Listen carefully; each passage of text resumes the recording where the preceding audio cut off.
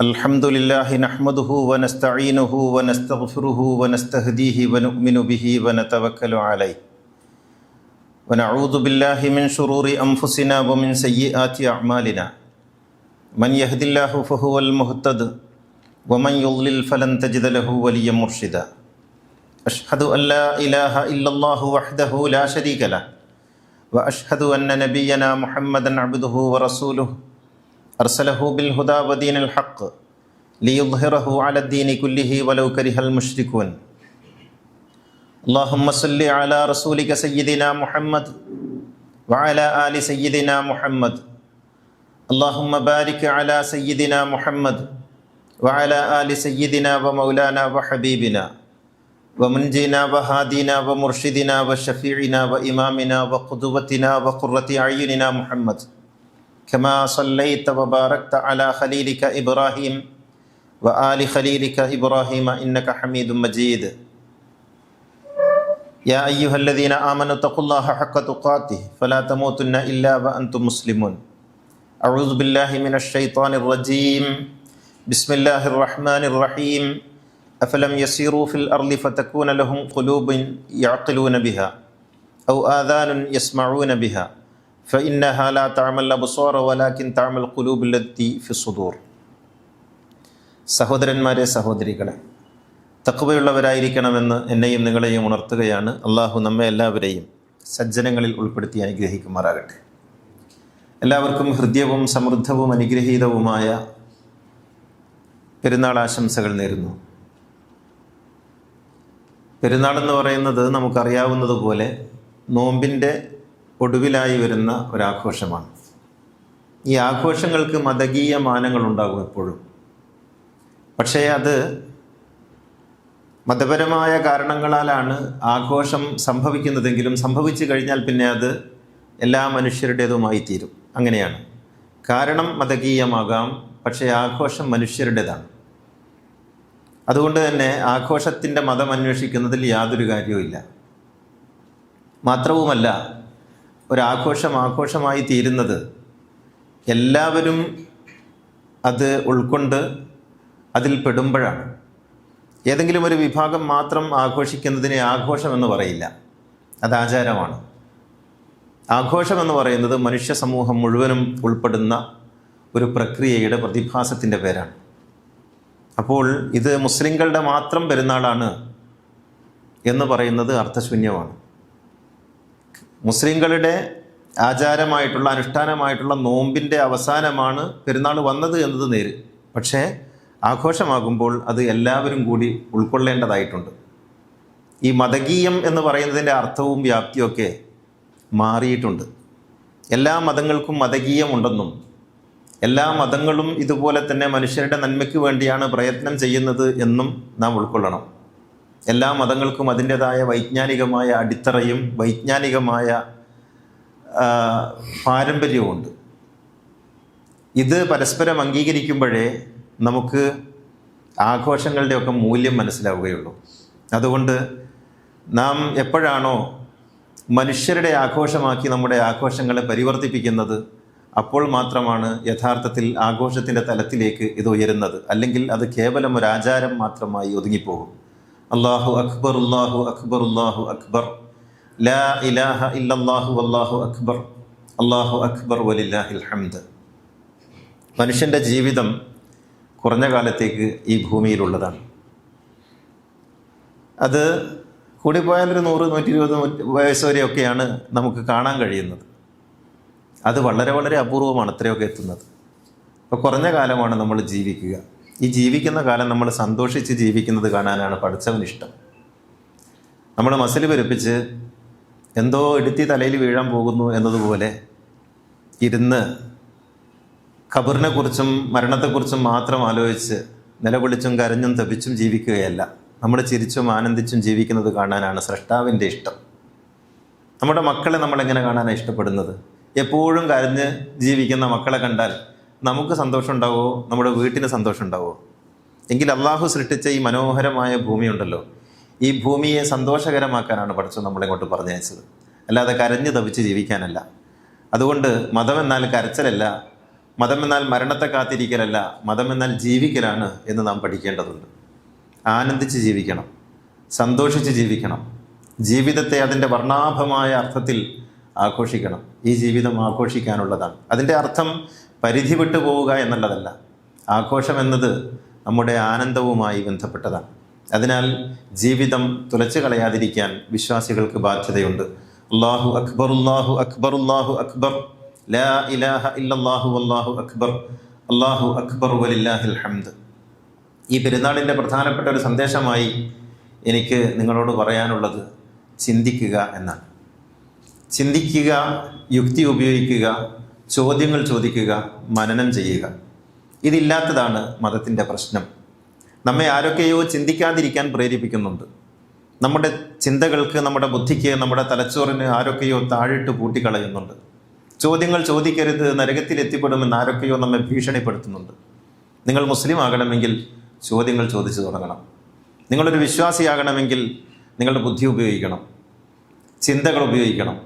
ചിന്തിച്ചതുകൊണ്ട് ഒരു മനുഷ്യൻ സ്വർഗത്തിലല്ലാതെ എത്തുകയില്ല. അതിനാൽ ചിന്തിച്ചു കൊണ്ടിരിക്കണം.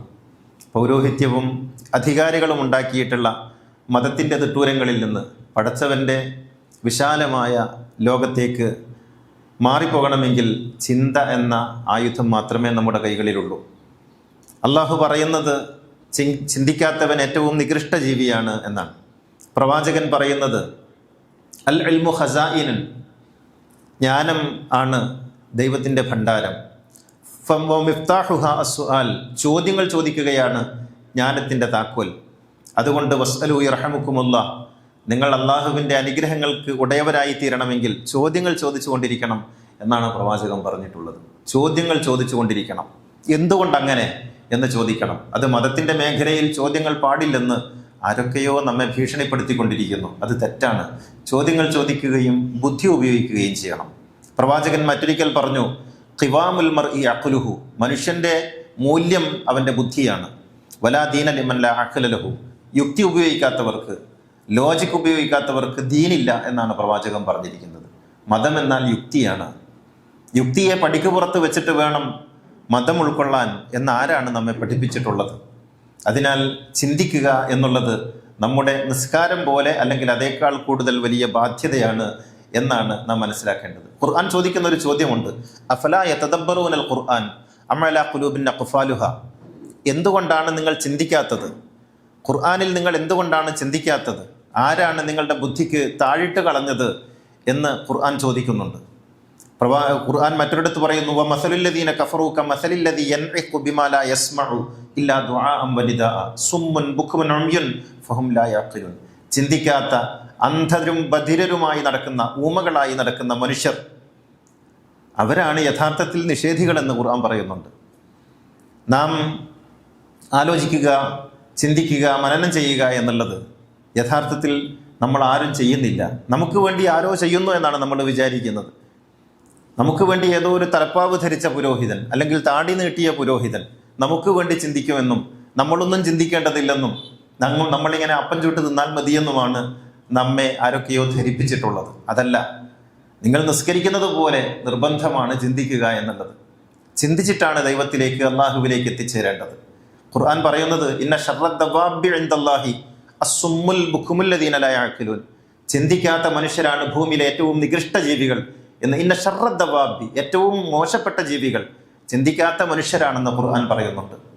ഖുർആൻ പറയുന്ന മറ്റൊരു കാര്യം നമ്മെ ഏറെ ആഹ്ലാദിപ്പിക്കുന്നതാണ്. അഫലം യസീറു ഫിൽ അർളി, നിങ്ങൾ എന്താണ് ഭൂമിയിൽ സഞ്ചരിക്കാത്തത്, യാത്ര ചെയ്യാത്തത്? ഫതകൂന ലഹും ഖുലൂബുൻ യഖിലൂന ബിഹാ, അപ്പോൾ നിങ്ങൾക്ക് ചിന്തിക്കുന്ന മനസ്സുണ്ടായിത്തീരും. യാത്ര നമ്മുടെ ചിന്തകളെ ഉദ്ദീപിപ്പിക്കും. അനുഭവങ്ങളുണ്ടായി. നമ്മൾ മാത്രമുള്ള ഈ കിണറല്ല, ഇതിനപ്പുറത്തൊരു ലോകമുണ്ടെന്ന് നമുക്ക് തിരിച്ചറിയാൻ കഴിയും. അല്ലെങ്കിൽ എപ്പോഴും നമ്മൾ കിണറ്റിലെ തവളകളായിരിക്കും. നിങ്ങൾ പോകണമെന്ന്, ഭൂമിയിൽ സഞ്ചരിക്കണമെന്ന്, മനുഷ്യരാശിയെ കാണണമെന്ന്, വിവിധങ്ങളായ പ്രത്യയശാസ്ത്രങ്ങളെയും മതങ്ങളെയും മതമില്ലായ്മയെയും അനുഭവിക്കണമെന്ന്, അപ്പോഴാണ് നിങ്ങളുടെ ചിന്തകൾ ഉണരുകയെന്ന് ഖുർആൻ പറയുന്നു. ഔ ആദാനുൻ യസ്മഊന ബിഹാ, നിങ്ങൾ കേൾക്കുക, അപ്പോഴാണ് നിങ്ങൾക്ക് ബുദ്ധി ഉണരുന്നത്. ഫഇന്നഹാ ലാ തഅമൽ അബ്സാറു വലാകിൻ തഅമൽ ഖുലൂബുൽ ലത്തി ഫി സുദൂർ, കണ്ണുകൾക്കല്ല ആദ്യം ബാധിക്കുക, മനസ്സിനാണെന്ന് ഖുർആൻ പറയുന്നു. അതിനാൽ ചിന്തിക്കുക എന്നുള്ളതാണ് യഥാർത്ഥത്തിൽ പെരുന്നാളിൻ്റെയും റമദാനിൻ്റെയും ഖുർആനിൻ്റെയും സന്ദേശമായി എനിക്ക് നിങ്ങളോട് കൈമാറാനുള്ളത്. അല്ലാഹു അക്ബർ, അല്ലാഹു അക്ബർ, അല്ലാഹു അക്ബർ, ലാ ഇലാഹ ഇല്ലല്ലാഹു അല്ലാഹു അക്ബർ, അല്ലാഹു അക്ബർ വലില്ലാഹിൽ ഹംദ്. അതുപോലെ ഈ റമദാനിൻ്റെ സന്ദേശമായി എനിക്ക് പറയാനുള്ളൊരു കാര്യം തുല്യതയ്ക്ക് വേണ്ടി നിലകൊള്ളണം എന്നുള്ളതാണ്. ഇത് വിശ്വാസിയുടെ ബാധ്യതയാണ്, തുല്യതയ്ക്ക് വേണ്ടി നിലകൊള്ളുക എന്നുള്ളത്. നമ്മുടെ വീട്ടിലുള്ള നമ്മുടെ സഹോദരിമാർ, അവർ പുരുഷന്മാരെ പോലെ തന്നെ അള്ളാഹുവിങ്കിൽ തുല്യതയുള്ളവരാണ്. ഭർത്താവിന് ഭാര്യയേക്കാൾ എന്തെങ്കിലും ഒരു ശ്രേഷ്ഠതയില്ല. ആങ്ങൾക്ക് പെങ്ങളെക്കാൾ കൂടുതൽ ഒരു ശ്രേഷ്ഠതയുമില്ല. ഉപ്പയും ഉമ്മയും അധികാരത്തിൻ്റെ ഒരേ തലമുള്ളവരാണ്. ആർക്കും ആരെക്കാളും ശ്രേഷ്ഠതയോ കുറവോ ഇല്ല എന്ന് നമ്മൾ തിരിച്ചറിയണം. മകന് മകളെക്കാൾ യാതൊരു വിധത്തിലുള്ള പുണ്യവുമില്ല. എല്ലാവരും തുല്യരാണ്. അത് വീട്ടിനകത്ത് നിന്ന് തുടങ്ങണം. നമ്മുടെ പെൺമക്കളും ആൺമക്കളും ഒരുപോലെയാണെന്ന്, ആണും പെണ്ണും ഒരുപോലെയാണ് എന്ന് നാം ഉൾക്കൊള്ളുന്നത് അപ്പോഴാണ് നാം വിശ്വാസിയായി തീരുന്നത്. ആണ് പെണ്ണ് മാത്രമല്ല, ട്രാൻസ്ജെൻഡേഴ്സ്, ഭിന്നലിംഗ വിഭാഗം എന്നറിയപ്പെടുന്ന ഒരു വിഭാഗം നമ്മുടെ സമൂഹത്തിലുണ്ട് എന്നത് യാഥാർത്ഥ്യമാണ്. പുരുഷ സ്ത്രീ സമത്വത്തിന് വേണ്ടി പറയുന്നവർ പോലും അവരെ പക്ഷേ കാണുന്നില്ല. അവരും അള്ളാഹുവിൻ്റെ സൃഷ്ടികളാണെന്ന്, അവരും പള്ളിയിൽ വരേണ്ടതുണ്ടെന്ന്, അവർക്കും ആരാധനകളുണ്ടെന്ന്, അവരും നമ്മെപ്പോലെ വിചാരങ്ങളുള്ളവരാണെന്ന്, അവർക്കും അഭിമാനവും അപമാനവും ഉണ്ടെന്ന് നാം തിരിച്ചറിയേണ്ടതുണ്ട്. അവരെ നികൃഷ്ടജീവികളാക്കി മാറ്റി നിർത്തുന്നത് തീർച്ചയായും ദൈവധികാരമാണ്. എല്ലാവരെയും ഒരുപോലെ ഉൾക്കൊള്ളുന്ന ഒരു നാളുണ്ടാകണം. അതാണ് ഈ പെരുന്നാളിൻ്റെ സന്ദേശമായി നാം ഉൾക്കൊള്ളേണ്ടത്. അല്ലാഹു അക്ബർ, അല്ലാഹു അക്ബർ, അല്ലാഹു അക്ബർ, ലാ ഇലാഹ ഇല്ലല്ലാഹു അല്ലാഹു അക്ബർ, അല്ലാഹു അക്ബർ വലില്ലാഹിൽ ഹംദ്. നാം ഇപ്പോൾ ആഘോഷത്തെക്കുറിച്ച് പറയുന്നുവെങ്കിലും യഥാർത്ഥത്തിൽ നമുക്കൊക്കെ ഉള്ളിൽ സങ്കടമുണ്ട്. യുദ്ധത്തിൻ്റെ ഒരു അന്തരീക്ഷത്തിലാണ് നാം ഉള്ളത്. ആരോട് യുദ്ധം ചെയ്യുന്നു എന്നതല്ല, എല്ലാ യുദ്ധത്തിലും പരാജയപ്പെടുന്നത് മനുഷ്യരാണ്, വിജയിക്കുന്നത് അധികാരികളും. ആര് അപ്പുറത്തോ ആരിപ്പുറത്തോ എന്നതല്ല, മരിച്ചു വീഴുന്നതൊക്കെ മക്കളാണ്. രോദനങ്ങൾ ഉയരുന്നത് അമ്മമാരുടെയും ഉമ്മമാരുടെയുമാണ്. ഏതുമ്മയാണ് മക്കളുടെ മരണത്തിൽ സന്തോഷിക്കുന്നത്? നമുക്ക് ആഹ്ലാദിക്കാം, രക്തസാക്ഷിയാണെന്ന് പറഞ്ഞു. നമുക്ക് വലിയ വായിൽ വലിയ മാർച്ചുകൾ നടത്താം. പക്ഷേ ഉമ്മമാർ കരയുന്നുണ്ട്. കർണനും അർജുനനും തമ്മിൽ യുദ്ധം ചെയ്യുമ്പോൾ ദൂരെ മാറി നിന്ന് കരയുന്ന ഒരമ്മയുടെ കഥ മഹാഭാരതത്തിലുണ്ട്. രണ്ടുപേരും തൻ്റെ മക്കളാണ് എന്ന് അറിയാവുന്ന ഒരേ ഒരാൾ ആ അമ്മയായിരുന്നു. പക്ഷേ സഹോദരങ്ങളാണെന്നറിയാതെയാണ് അവർ പരസ്പരം ഏറ്റുമുട്ടുന്നത്. ഇതുപോലെ നമ്മളൊക്കെ സഹോദരങ്ങളാണെന്നറിയുന്ന പ്രകൃതി യുദ്ധം ചെയ്യുമ്പോൾ കരയുന്നുണ്ട്. ഏത് യുദ്ധത്തിലും ഒഴുകുന്നത് മനുഷ്യൻ്റെ രക്തമാണ്. ഏത് യുദ്ധത്തിലും വീണ് തുലയുന്നത് മനുഷ്യൻ്റെ കബന്ധങ്ങളാണ്. ഏത് യുദ്ധത്തിലും പരാജയപ്പെട്ടു പോകുന്നത് മനുഷ്യൻ തന്നെയാണ്. ആരുടെയൊക്കെയോ വരട്ടുചൊറിയാണ്, ആരുടെയൊക്കെയോ ഉള്ളിലുണ്ടാകുന്ന അസൂയയാണ് യുദ്ധങ്ങളായി പരിണമിക്കുന്നത്. ഏത് യുദ്ധമാണ് മനുഷ്യർക്ക് വേണ്ടി ഉണ്ടായിട്ടുള്ളത്? ഏത് യുദ്ധമാണ് മനുഷ്യനെ സമാധാനത്തിലേക്ക് നയിച്ചിട്ടുള്ളത്? എല്ലാ യുദ്ധങ്ങളും ബാക്കി വെക്കുന്നത് മനുഷ്യൻ്റെ ഒരിക്കലും നിലക്കാത്ത രോദനങ്ങളാണ്. അതിനാൽ യുദ്ധങ്ങളെ നാം വെറുക്കുക, സമാധാനത്തിന് വേണ്ടി നാം നിലകൊള്ളുക. ആരോട് യുദ്ധം ചെയ്താലും ആരപ്പുറത്തുണ്ട് ആരിപ്പുറത്തുണ്ട് എന്നുള്ള നോട്ടമല്ല, മറിച്ച് മനുഷ്യനും പ്രകൃതിക്കും അത് വരുത്തി വെക്കുന്ന ദുരന്തങ്ങൾ വലുതാണ്. അല്ലാഹു അക്ബർ, അല്ലാഹു അക്ബർ, അല്ലാഹു അക്ബർ, ലാ ഇലാഹ ഇല്ലല്ലാഹു അല്ലാഹു അക്ബർ, അല്ലാഹു അക്ബർ വലില്ലാഹിൽ ഹംദ്. ഈ റമദാൻ നമുക്ക് ചില സന്തോഷങ്ങൾ അകമ്പരുളിന് വ്യക്തിപരമായി സമ്മാനിച്ചിട്ടുണ്ട് എന്ന് ഞാൻ വിചാരിക്കുന്നു. അതിൽ പ്രധാനപ്പെട്ട ഒന്നാണ് നമ്മുടെ ഈ അകമ്പരുൾ ഭവനിൽ വെച്ച്, ഇവിടെ വെച്ച് ഈ റമദാനിൽ നടന്ന ആര്യ അലി വിവാഹം. വിവാഹത്തിന് 2 മനുഷ്യരുണ്ടാവുക എന്നുള്ളതാണ് ഏറ്റവും പ്രധാനപ്പെട്ടത് എന്ന് നാം ആ വിവാഹത്തിലൂടെ സമൂഹത്തിന് ഒരു സന്ദേശം നൽകി. വലിയ കൂടിളക്കങ്ങളും വലിയ ചർച്ചകളും ഒക്കെ ഉണ്ടായിട്ടുണ്ടെങ്കിലും അത് മനുഷ്യർ ഒന്നായി സന്തോഷത്തോടെ സ്വീകരിച്ചതാണ് നാം കണ്ടത്. തീർച്ചയായും മതമല്ല, മനുഷ്യൻ്റെ സന്തോഷമാണ് ഏറ്റവും പ്രധാനപ്പെട്ട ഒരു കാര്യമെന്ന്, ദാമ്പത്യ ബന്ധത്തിൻ്റെ അടിസ്ഥാനമെന്ന് നാം തിരിച്ചറിഞ്ഞുകൊണ്ടിരിക്കുന്നു. എപ്പോഴും മതത്തിൻ്റെ പേരിൽ ഒന്നിച്ചവരൊക്കെയും സന്തോഷത്തോടെയാണോ ജീവിക്കുന്നത്? മനുഷ്യരൊന്നാവുക എന്നുള്ളതാണ്. തിരിച്ചറിയാൻ, സ്നേഹിക്കാൻ, പ്രണയിക്കാൻ, ഉൾക്കൊള്ളാൻ, പരസ്പരം പൊറുക്കാൻ, വിട്ടുവീഴ്ച ചെയ്യാൻ ആരൊക്കെയാണോ പരസ്പരം സമ്മതമായിട്ടുള്ളത് അവർ തമ്മിൽ ചേരട്ടെ, അവർ തമ്മിൽ ഒന്നിച്ച് ജീവിക്കട്ടെ. മനുഷ്യരൊന്നാവുക എന്നുള്ളതാണ് ഖുർആനിൻ്റെ സന്ദേശം. അല്ലാഹു അക്ബർ, അല്ലാഹു അക്ബർ, അല്ലാഹു അക്ബർ, ലാ ഇലാഹ ഇല്ലല്ലാഹു അല്ലാഹു അക്ബർ, അല്ലാഹു അക്ബർ വലില്ലാഹിൽ ഹംദ്. ഈ പെരുന്നാളിന് അകമ്പരുളിൻ്റെ ഭാഗമായി മദ്രസ കുട്ടികൾക്ക് വേണ്ടി കഴിഞ്ഞ 10 വർഷമായി നാം അകമ്പൊരുൾ പ്രവർത്തനങ്ങളുമായി കേരളത്തിൽ പ്രവർത്തിച്ചുകൊണ്ടിരിക്കുന്നു. എല്ലാവരും ചോദിക്കുന്ന ഒരു ചോദ്യമാണ്, മക്കൾക്ക് ഈ സന്ദേശം കൈമാറാൻ എന്തുണ്ട്? ഇപ്പോൾ അതിന് സമയമായിരിക്കുന്നു. നാം ഇൻഷാ അല്ലാഹ് ഈ വെക്കേഷനിൽ കുട്ടികൾക്ക് വേണ്ടി ഒരു മദ്രസ തുടങ്ങാൻ തീരുമാനിച്ചിട്ടുണ്ട്. ഓൺലൈനായി ശനി ഞായർ ദിവസങ്ങളിലായിരിക്കും. സബ് ജൂനിയർ, ജൂനിയർ, സീനിയർ തലങ്ങളിൽ 8 വയസ്സ് മുതൽ 18 വയസ്സ് വരെയുള്ള കുട്ടികൾക്കാണ് ഓരോ വിഭാഗത്തിനും 1 വർഷം വീതം 3 വർഷം കൊണ്ട് പൂർത്തിയാകുന്ന ഒരു കോഴ്സ് എന്നുള്ള നിലക്കാണ് നാം മദ്രസ ഡിസൈൻ ചെയ്തിട്ടുള്ളത്. അത് ഈ പെരുന്നാൾ സമ്മാനമായി കേരളത്തിന് അകമ്പൊരുൾ സമർപ്പിക്കുകയാണ്. അല്ലാഹു അക്ബർ, അല്ലാഹു അക്ബർ, അല്ലാഹു അക്ബർ, ലാ ഇലാഹ ഇല്ലല്ലാഹു വല്ലാഹു അക്ബർ, അല്ലാഹു അക്ബർ വലില്ലാഹിൽ ഹംദ്. പ്രിയമുള്ളവരെ, നോമ്പ് നാം ഒക്കെ എടുത്തു, നാം ഉദാരരായി തീർന്നു, നാം വിശുദ്ധിപ്പെട്ടു, നാം പ്രാർത്ഥനകളിൽ മുഴുകി. നോമ്പെടുക്കാൻ കഴിയാത്തവരും റമദാനിൻ്റെ ആ ഒരു മാസക്കാലയളവിൽ പരമാവധി മാന്യത പുലർത്തിയും വിശുദ്ധി പുലർത്തിയും ജീവിച്ചു. തീർച്ചയായും ഇത് അള്ളാഹുവിന് ഇഷ്ടപ്പെട്ട കാര്യമാണ്. നാം പ്രിയങ്കരരായി തീർന്നു, അള്ളാഹുവിൻ്റെ ഇഷ്ടപ്പെട്ടവരായി തീർന്നു. നമുക്ക് തീർച്ചയായും അള്ളാഹുവിങ്കിൽ വലിയ സ്ഥാനമുണ്ട്. ഇത് നമ്മുടെ ജീവിതത്തിലുടനീളം കൊണ്ട് നടക്കുക എന്നുള്ളതാണ് ഇനി നാം ചെയ്യേണ്ടുന്ന പ്രതിജ്ഞ. നാം റമദാനിൽ പാലിച്ച വാക്കുകളിലെ സൂക്ഷ്മത, റമദാനിൽ പാലിച്ച ഉദാരത, റമദാനിൽ നാം ഭക്ഷണത്തോട് പുലർത്തിയിട്ടുള്ള രീതിശാസ്ത്രങ്ങളെല്ലാം നമ്മുടെ ജീവിതത്തിൽ ഉടനീളം പുലർത്താൻ നമുക്ക് സാധിക്കട്ടെ.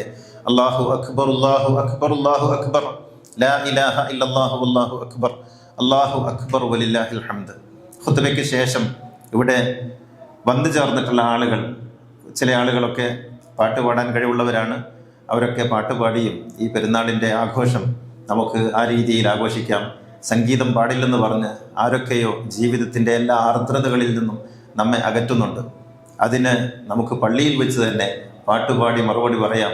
പ്രസംഗിക്കുകയല്ല, നാം അത് ചെയ്യുകയാണ് ഏറ്റവും നല്ല മറുപടി. അല്ലാഹുമ്മ ഗ്ഫിർ ലിൽ മുഅ്മിനീന വൽ മുഅ്മിനാത്ത് വൽ മുസ്ലിമീന വൽ മുസ്ലിമാത്ത് അൽ അഹ്യാഇ മിൻഹും വൽ അംവാത്ത് ഇന്നക മുജീബുദ് ദഅവാതി വഖാദിൽ ഹാജാത്ത് തയ്യിബ് സറാഹും വജഅലിൽ ജന്നത മഅവാഹും റബ്ബനാ ആതിനാ ഫിദ് ദുനിയാ ഹസന وفي الآخرة حسنة وقنا عذاب النار ربنا اغفر لنا ولإخواننا الذين سبقونا بالإيمان ولا تجعل في قلوبنا غلا للذين آمنوا ربنا إنك رؤوف رحيم وآخر الدعاء الحمد لله. السلام عليكم ورحمة الله وبركاته.